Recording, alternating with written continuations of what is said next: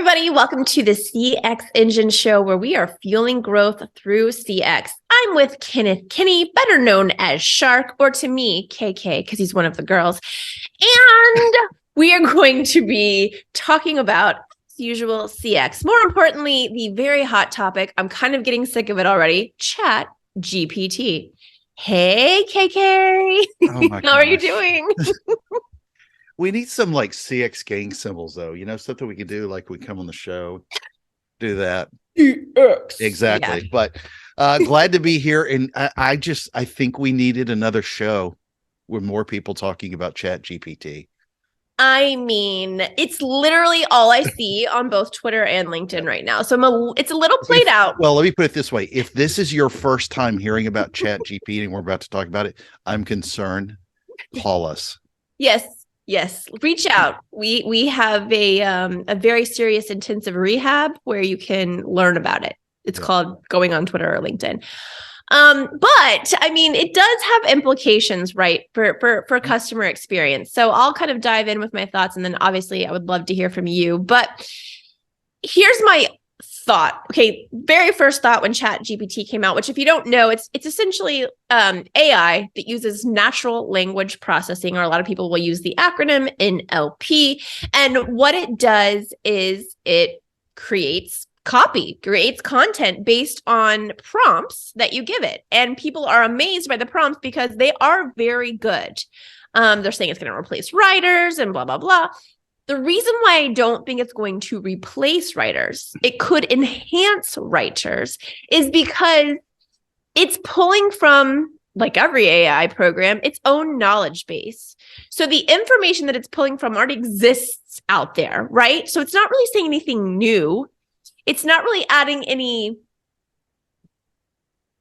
personality to it. And here's my biggest problem when it comes to artificial intelligence and CX, which is that, yes, it can produce artwork. Yes, it can produce copy. Yes, it can produce avatars and imagery and all this other really cool stuff, write songs and poems, but it can't personalize in a way that's humanly empathetic, right? It can say, I'm sorry that happened to you, but it can't gauge the situation and give that situational empathy, in my opinion. But that's my opinion. What are you thinking?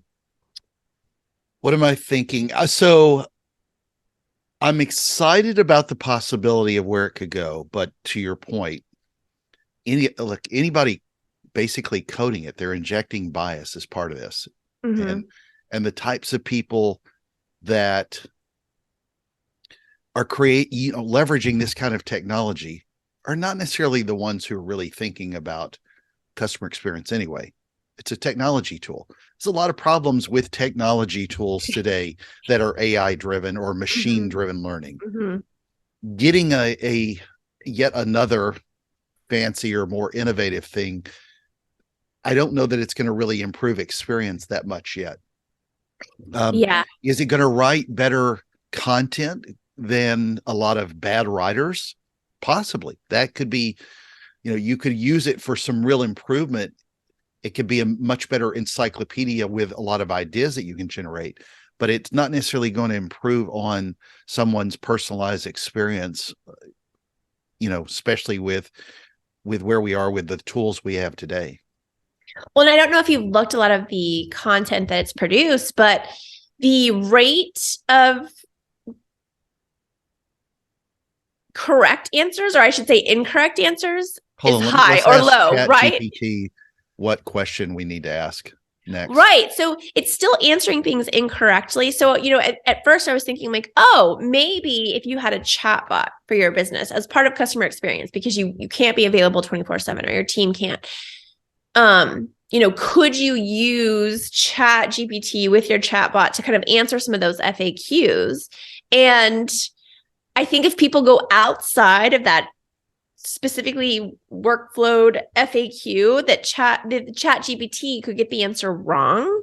And when people are looking for help, if they get a wrong answer, you're done for. Mm-hmm. So I feel like, to me right now, chatbots in the way of customer experience are better with the owners of that brand or people who are very familiar with that brand writing out the workflows for the chatbots, because that's the only way to get it 100% right. Well, I think, FAQs are a general necessary evil, but they only answer about 95% of the questions. I don't care what industry it is, but there's always the 5% that just frustrates you. And this is how am I trying to say this? This is it's an improvement from where we are, but even the best chatbots are still very, very horrible to me, because they don't answer the questions that are most succinct at the time for what we need to fix. Yeah. And so I agree. it's a prettier version of where we've come with technology, but it's not geared towards improving customer experience. It's there's a lot of different AI tools out there today. I mean, just think of what Google does from a machine learning perspective with algorithms, but it hasn't figured out a way for us yet to figure out how to really improve marketing or customer experience per the perspective of the customer.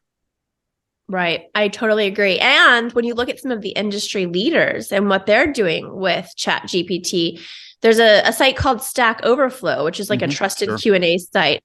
And they banned using Chat GPT because the answers aren't 100% correct. And when you're answering a question, especially, again, like I said, in the realm of answering a customer's question, you can't afford to get it wrong. It has to be right 100% of the time. So, I think this is another one of those, like, we'll have to wait and see what happens. I think it's going to be an amazing tool to enhance copywriting. I don't know yet if it will have big implications for CX. We'll have to wait and see. And I worry a lot that companies may think that this is super cool and going to fix problems. Like, for example, there's a lot of, you call into any large business today and they may say, tell us what your problem is. I just ran through this last week. It was almost like talking to an FAQ trying to get an answer. And I would tell them what I needed. And it would say, oh, did you say, I said X. Oh, did you say A? No, I didn't. I said X. All right, let's repeat that again. It becomes a more it's a more functional way of giving me a wrong answer. It's like the automated phone stuff when you're please press whatever, and you press it. It's like, I'm sorry, blah blah blah blah. It's the same experience, which is terrible. And making that experience a little bit better, I'm still at the middle way through the call cursing and screaming. So you hang up, and you can't afford as a business to create that kind of experience and just leverage it with what you think is the packaging without focusing on how do you help someone alleviate their experience by fixing their problem. So that's where I get a lot of concern. Well, let's talk about chatbots and the future of chatbots and CX, because I mean, there are some really amazing use cases, but it seems like we're similar. So without saying anything, what do you think about the future of chatbots and customer experience? So my feelings about chatbots have improved about 5%, but they started out at 5%. So I'm still only at about 10% because of so much of the automation that's come with them. They're, again, answering a lot of there are improvements, but a lot of it tends to be where we can move to the next level with being able to either get in touch with a person live by phone if it's a complex problem, or being able to, especially with what they've done in Asia with conversational messaging, to where we're having that conversational commerce with a live person, because the construct of the questions don't reflect what the answers are. So a customer's questions may not ask the way that you formed it in an FAQ. And this is, again, hopefully Chat GPT improves some of the cognitive learning as part of that so that they can position the question and understand it better. But chatbots are still immensely frustrating to me. I find it becoming a necessary evil now more than ever for companies who are looking to cut costs. It's one of the other concerns about Chat GPT is this going to be a path to where people cut spend because they have this newer technology they think may answer the questions. And chatbots have proven a frustrating issue over the last decade more than they've provided a solution. And I've demoed hundreds of chatbot providers, and I'm still excited about where it could go, maybe even more than Chat GPT, oddly enough. But the problem is, until someone can really help me move to the next stage correctly as a customer, you get lost in purgatory trying to just run through an endless Q&A session that doesn't get you anywhere. Hope that made sense. Yeah. And then, what Jay said, Jay Bear was on our last show. So if you didn't watch episode 2, make sure you go back and watch it, because that kind of ties into what I'm about to say, which is, speed is everything. And when we talked to Jay, he said, it's not just speed for social, it's speed for phone, it's speed for email. And one of the things he talked about in his report was, when we do have that problem, like that real serious critical problem, we tend to pick up the phone. I think he said 3 out of 4 customers want to pick up the phone when it's a critical issue. And so, one of the ways I think you can reduce time spent and therefore reduce costs and increase CX is by using a chatbot with FAQs, right? If you have all of the FAQs, those frequently asked questions that you get over and over and over again, and you have a chatbot set up that can answer them with 100% accuracy 24/7, I don't think that's a bad use case for CX, right? Because we're answering those personal questions. I do think the caveat there is that we have to give, a human option in case somebody does want to speak to a human within that chat or social media or wherever you're using the chatbot.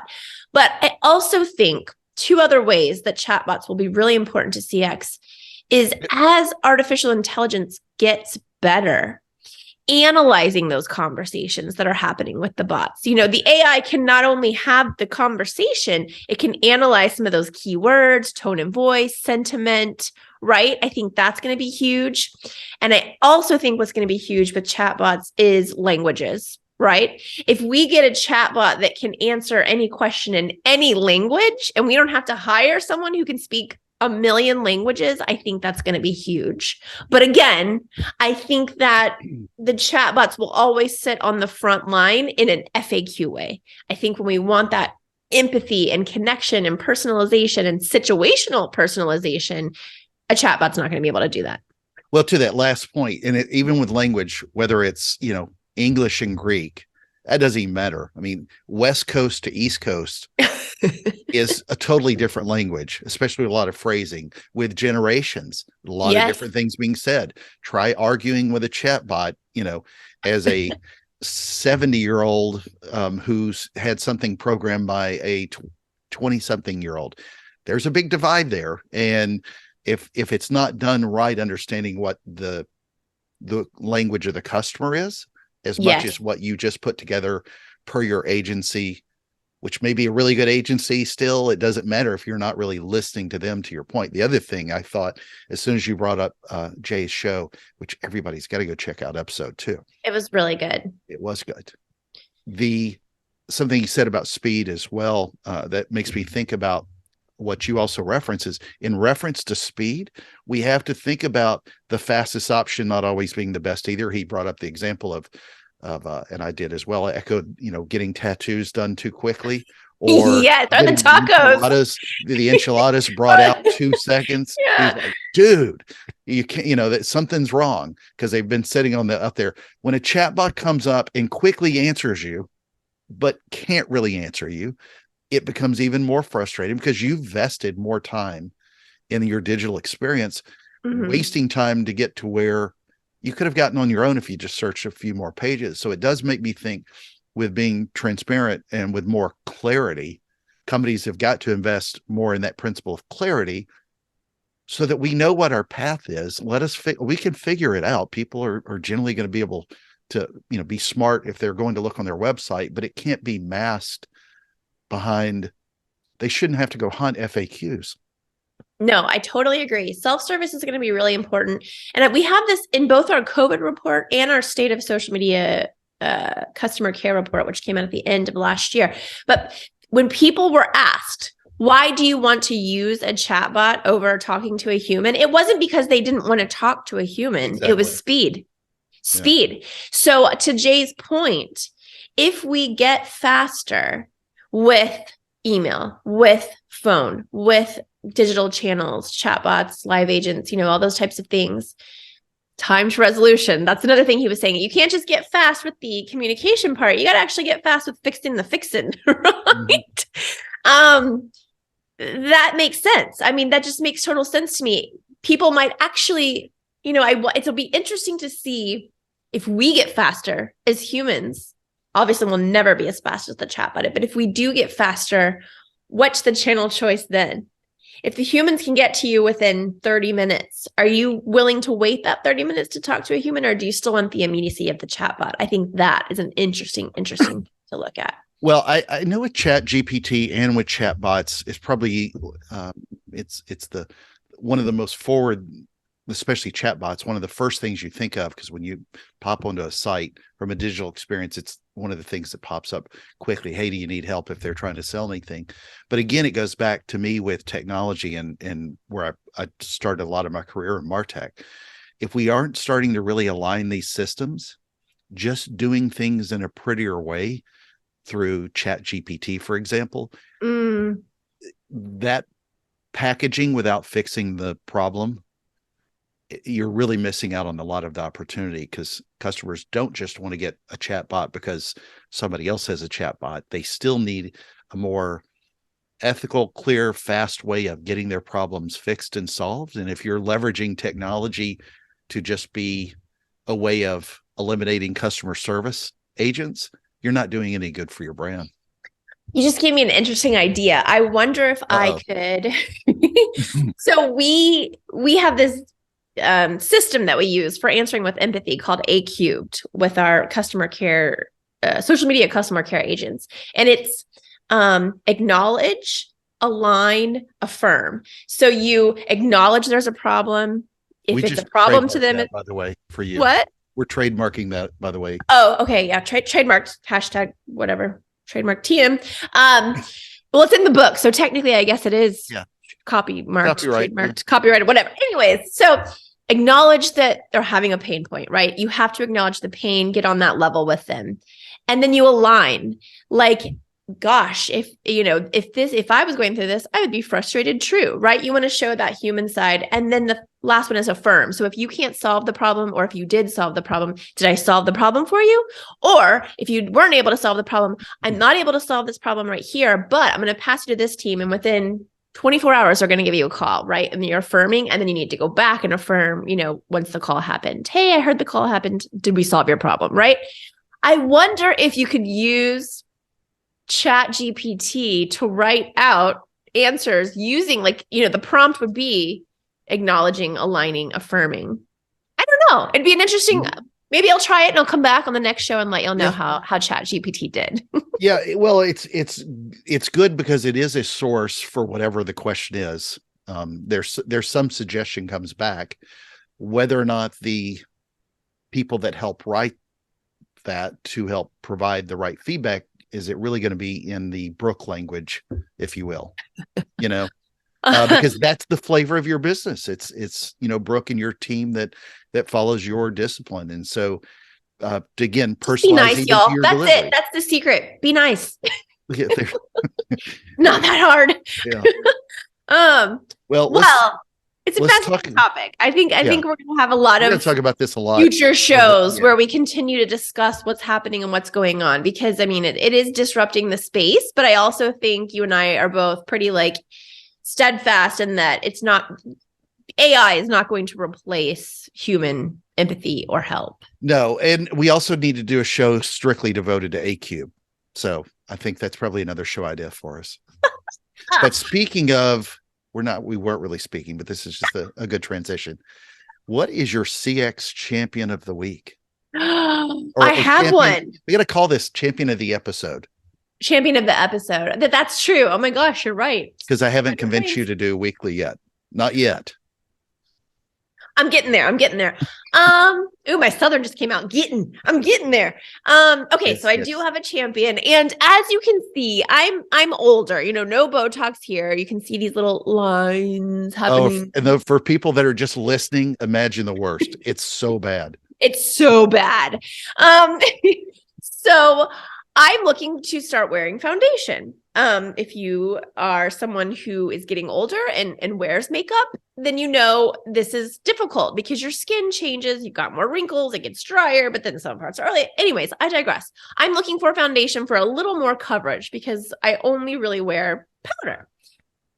So I was, perusing social media because it's like literally my job. And I kept seeing these user-generated pieces of content, both promoted and organic for this brand. I'm going to butcher the name because that's my secret power, right?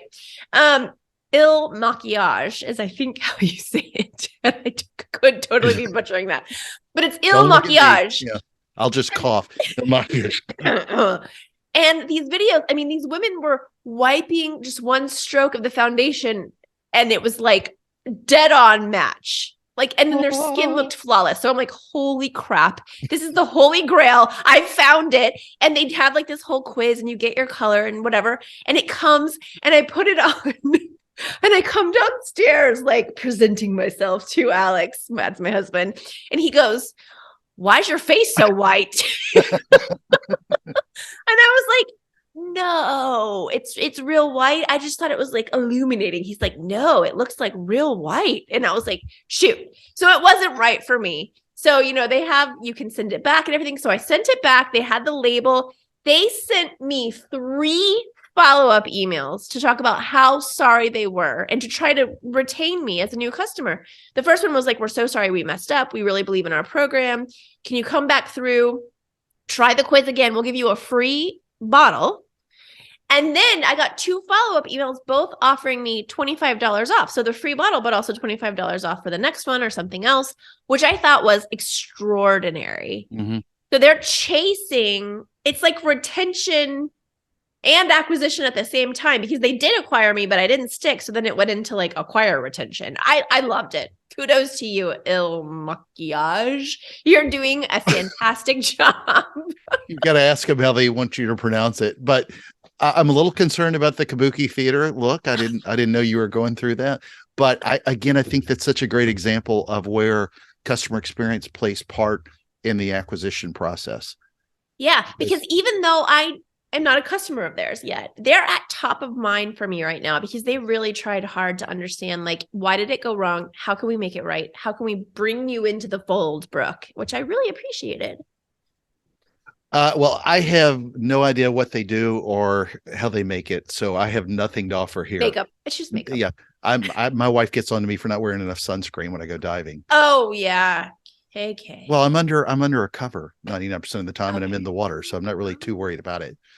But I will tell you about my Karen of the episode. Just doesn't have Karen of the episode. Yeah. It sounds like Lily of the Valley or whatever. But my Karen of the episode. That's my birth flower. I'm not kidding. All right. Anyways. Anyway.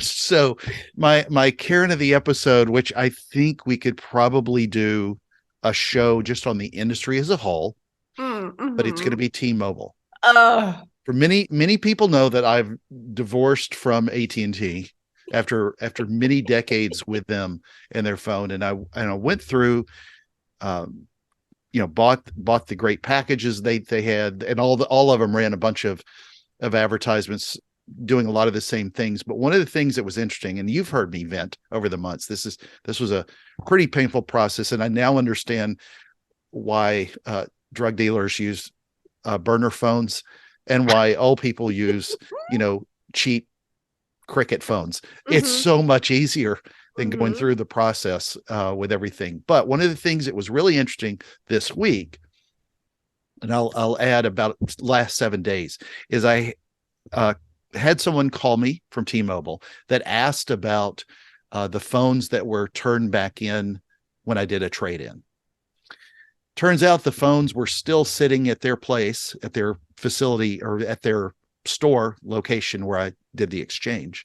Where you dropped them off. Where I dropped them off over a month ago. They'd been sitting in a safe, but they were wiped clean, and apparently they didn't know where to send them back. So I'm on the phone with the lady, and she was like, "Oh, now I see your notes."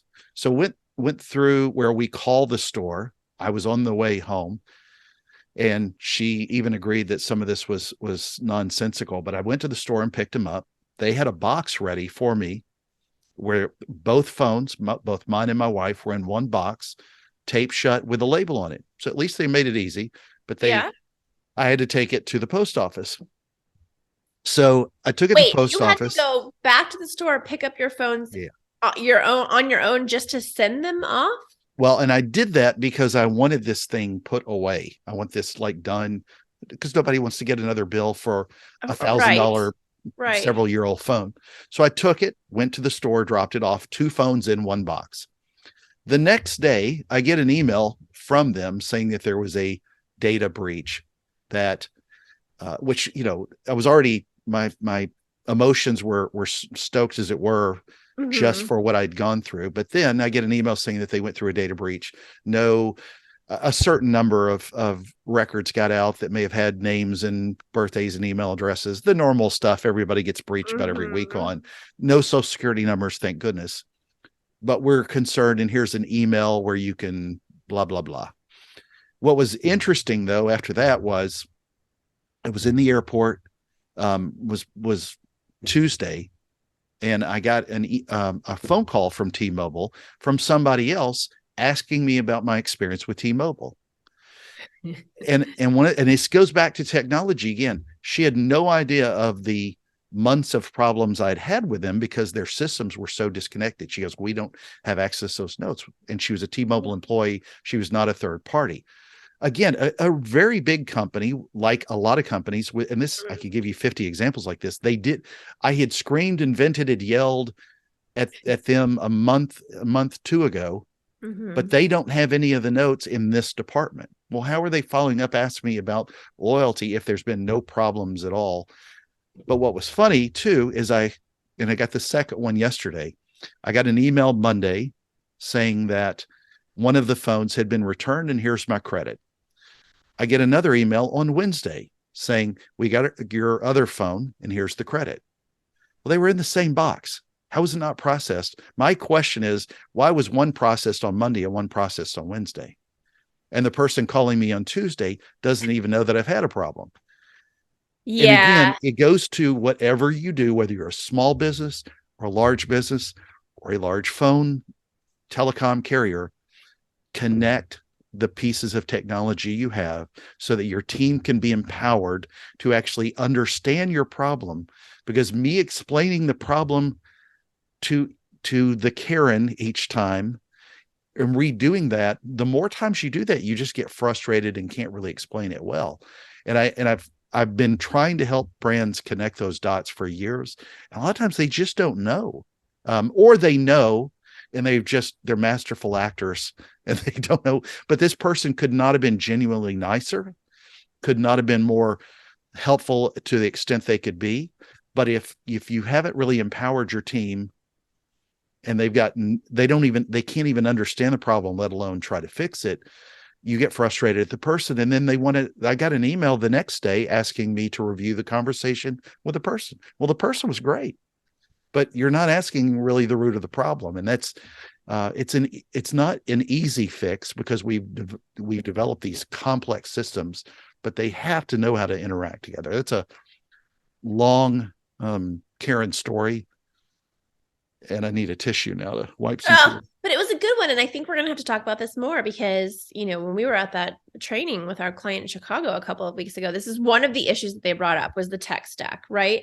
And this tool doesn't talk to this tool, or there's no API to connect this to that. And that is a problem because then you can't empower your front line and you can't give them autonomy. And when you can't give them autonomy to complete something, it takes more time and effort to get it completed, which is exactly the opposite of what every company says, right? The goals our clients give us every time is reduce cost, reduce time, increase revenue. That is always what we hear, but you can't do that No. if your tech stack isn't there. So I think we're going to talk about that more and Yeah, more. I think we'll have to get Scott Brinker on the show as well at some point. He's, the author of the Martech 5000. I remember speaking at Martech East several years ago, and the week before that, I had spoken at a lead generation conference, and I talked about all the channels where lead generation, where you're getting your customers in, and they're kind of at the center of this, diagram, and they're looking at 5,000 different channels, but really you have to focus it on just them. So, because that's not the way we look at it, and the way they look at it is a different pathway.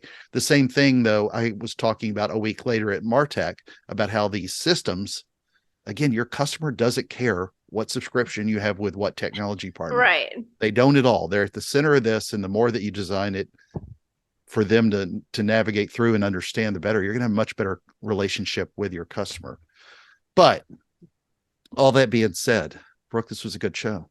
It was a great show. I think we have, touched on a lot of pain points that will be, again, like I said, we fixed most of the world's problems, including we're using Chat GPT to pat ourselves on the back. But I want to thank everybody in the audience. Thank you, Brooke, for being an amazing co-host.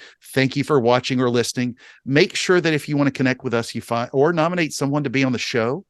Connect with us on LinkedIn. It could be yourself or somebody working in CX, preferably not a Karen in CX, but nominate a champion.